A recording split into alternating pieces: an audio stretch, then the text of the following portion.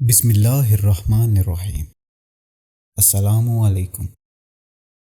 شب برات کے 12 رکعت نوافل کا طریقہ۔ اللہ پاک کو یہ نماز بہت پسند ہے۔ مکمل جاننے کے لیے یہ ویڈیو کو اینڈ تک ضرور دیکھیے گا۔ محترم ناظرین، شعبان کی 15ویں شب برات کہلاتی ہے، یعنی وہ رات جس میں مخلوق کو گناہوں سے بری کر دیا جاتا ہے۔ تقریباً 10 صحابہ اکرام رضی اللہ عنہ سے اس رات کے متعلق احادیث منقول ہیں۔ حضرت عائشہ رضی اللہ عنہا فرماتی ہیں کہ شعبان کی 15ویں شب کو میں نے نبی اکرم صلی اللہ علیہ وآلہ وسلم کو اپنی آرام گاہ پر موجود نہ پایا تو تلاش میں نکلی، دیکھا کہ آپ جنت البقیع کے قبرستان میں ہیں۔ پھر مجھ سے فرمایا کہ آج شعبان کی 15ویں رات ہے۔ اس رات میں اللہ تعالیٰ آسمان دنیا پر نزول فرماتا ہے اور قبیلہ بنی کلب کی بکریوں کے بالوں کی تعداد سے بھی زیادہ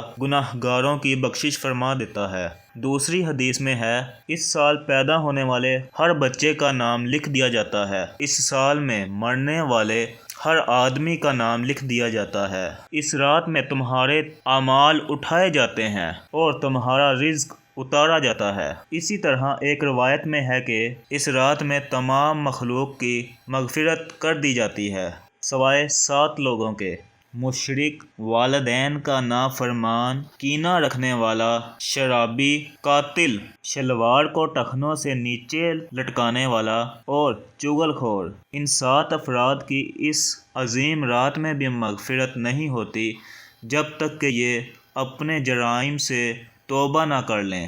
حضرت علی رضی اللہ عنہ سے ایک روایت میں منقول ہے کہ اس رات میں عبادت کیا کرو اور دن میں روزہ رکھا کرو۔ اس رات سورج غروب ہوتے ہی اللہ تعالیٰ اپنے بندوں کی طرف متوجہ ہوتے ہیں اور اعلان ہوتا ہے، کون ہے جو گناہوں کی بخشش کروائے، کون ہے جو رزق میں وسعت طلب کرے، کون مصیبت زدہ ہے جو مصیبت سے چھٹکارا حاصل کرنا چاہتا ہو۔ ان احادیث کریمہ اور صحابہ اکرام رضی اللہ عنہ اور بزرگان دین کے عمل سے ثابت ہوتا ہے کہ اس رات 3 کام کرنے ہیں: قبرستان جا کر مردوں کے لیے ایصال ثواب اور مغفرت کی دعا کی جائے۔ لیکن یاد رہے کہ نبی کریم صلی اللہ علیہ وآلہ وسلم سے ساری حیات مبارکہ میں صرف ایک مرتبہ شب برات میں جنت البقیع جانا ثابت ہے۔ اسی لیے اگر کوئی شخص زندگی میں ایک مرتبہ بھی ثواب کی نیت سے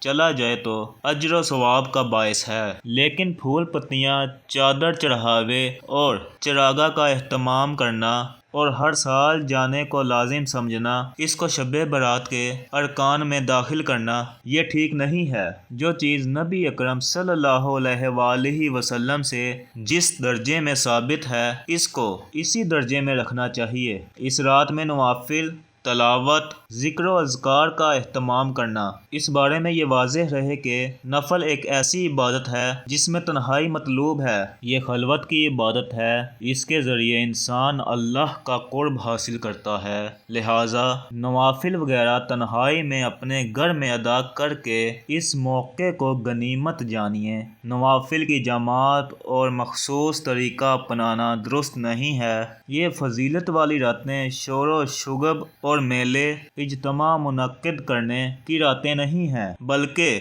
گوشہ تنہائی میں بیٹھ کر اللہ تعالیٰ سے تعلقات استوار کر کے قیمتی لمحات ہیں، ان کو ضائع ہونے سے بچائیں۔ دن میں روزہ رکھنا بھی مستحب ہے۔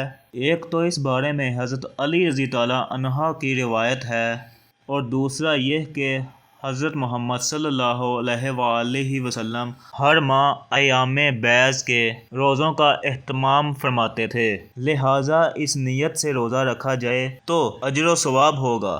باقی اس رات میں پٹاخے بجانا، آتش بازی کرنا اور حلوے کی رسم کا اہتمام کرنا، یہ سب خرافات اور اسراف میں شامل ہیں۔ شیطان ان فضولیات میں انسان کو مشغول کر کے اللہ کی مغفرت اور عبادت سے محروم کر دینا چاہتا ہے، اور یہی شیطان کا اصل مقصد ہے۔ محترم ناظرین، شب برات جہاں ہم دیگر نوافل کا اہتمام کرتے ہیں، بہت ساری نوافل نماز پڑھتے ہیں، میری آپ سے گزارش ہے کہ شب برات یہ 12 رکعت نماز نفل آپ ضرور پڑھیے گا۔ اس نماز کے پڑھنے کی بہت زیادہ فضیلت ہے اور اللہ رب العالمین کو یہ نماز بہت زیادہ پسند ہے۔ اس نماز کی فضیلت کے بارے میں رسول اللہ صلی اللہ علیہ وآلہ وسلم نے ارشاد فرمایا، یہ فرض نمازوں کے بعد نفل نماز میں سب سے افضل نفل نماز ہے۔ یہ آپ شب برات والی رات آپ ضرور ادا کیجئے گا۔ اس کے پڑھنے کی بہت زیادہ فضیلت ہے۔ اس رات یہ نوافل آپ ضرور پڑھیے گا۔ اس نماز کے پڑھنے کا طریقہ کیا ہے، نیت کیسے کریں گے، اس نماز کا وقت کب شروع ہوتا ہے، کب ختم ہوتا ہے، مکمل طریقہ آپ لوگوں کے ساتھ شیئر کرنے جا رہا ہوں۔ اس نماز کا وقت کب شروع ہوتا ہے اور کب ختم ہوتا ہے، تو اس حوالے سے جان لیجئے کہ عشاء کے فرض ادا کرنے کے بعد سے لے کر صبح طلوع فجر ہونے سے پہلے تک، یعنی سحری کا وقت ختم ہونے تک اس نماز کا وقت رہتا ہے۔ اس پوری رات میں آپ کسی بھی وقت یہ نماز ادا کر سکتے ہیں، یعنی عشاء کی نماز ادا کرنے کے بعد جیسے ہی آپ نے فرض پڑھ لیے تو اس کا وقت شروع ہو گیا۔ اب آپ کبھی بھی کسی بھی رات کے حصے میں نماز کو پڑھ سکتے ہیں۔ صبح سحری کا وقت ختم ہونے تک اس نماز کا وقت رہتا ہے، اور اس نماز کو ادا کرنے کا جو افضل وقت ہے وہ صبح سحری کا وقت ہے۔ اس وقت میں یہ نوافل ادا کیے جائیں۔ اب رہا یہ مسئلہ کہ اس نماز کے پڑھنے کا طریقہ کیا ہے، کون سی صورتیں پڑھیں گے، کوئی خاص صورتیں ہیں؟ ایسا بالکل نہیں ہے۔ ویسے تو اس نماز کو پڑھنے کے بہت سارے طریقے ہیں، لیکن آسان طریقہ آپ کو بتاتا چلوں کہ 2 رکعت کر کے 12 رکعت پڑھیں گے آپ، یعنی 2 رکعت پڑھیں گے، پھر سلام پھیر دیں گے، پھر 2 رکعت کی نیت کریں گے، پھر سلام پھیر دیں گے۔ 2 رکعتوں کے بعد اسی طرح ہم نے 12 رکعتیں پڑھنی ہیں، اور یہ نفل نماز ہے، اور اس کے پڑھنے کا طریقہ کوئی خاص نہیں ہے۔ آپ نماز شروع کریں گے تکبیر تحریمہ کہہ کر، اللہ اکبر کہتے ہوئے ہاتھ باندھ لیں۔ سب سے پہلے ثنا پڑھیں، اس کے بعد پھر سورۃ فاتحہ کی تلاوت کریں، پھر جو بھی آپ کو سورت آتی ہے، جو بھی سورت آپ کو یاد ہے وہ آپ سورت تلاوت کریں۔ مثال کے طور پر آپ کو سورۃ کوثر یاد ہے تو آپ یہ سورت پڑھ سکتے ہیں، یا اسی طرح جو سورۃ اخلاص ہے اس کی بھی آپ تلاوت کر سکتے ہیں۔ جو بھی آپ کو قرآن مجید کا حصہ یاد ہے یا جو بھی آپ کو سورت آتی ہے وہ آپ تلاوت کر سکتے ہیں۔ اس کے بعد پھر آپ رکوع کریں، رکوع سے کھڑے ہوں، 1 رکعت مکمل ہو گئی، سجدہ کر لیا آپ نے، پھر دوسری رکعت میں اسی طرح سورہ فاتحہ پڑھیں گے، کوئی سورت ملائیں گے، رکوع اور سجود قاعدہ، اس کے بعد تشہد، درود اور دعا پڑھ کر دائیں بائیں سلام پھیر دیں گے، یعنی جس طرح باقی نوافل پڑھتے ہیں اسی طرح 2 رکعت نماز نوافل پڑھیں گے، اور 2 رکعت کر پڑھیں گے، یعنی 12 رکعتیں 6 سلام کے ساتھ پڑھیں۔ اور اس نماز کی نیت کیسے کریں گے؟ نیت دیکھیں، اصل دل کا ارادہ ہے۔ نیت اس طرح کریں گے کہ میں نے نیت کی 2 رکعت نماز نفل تہجد کے واسطے اللہ تعالیٰ کے، منہ میرا قبلہ شریف کی طرف، یعنی یہ تہجد کے نوافل ہیں، تو تہجد کے نوافل کی نیت کریں گے۔ اگر دل میں ارادہ کریں گے تب بھی بہتر ہے، کوئی حرج نہیں، نیت ہو جائے گی،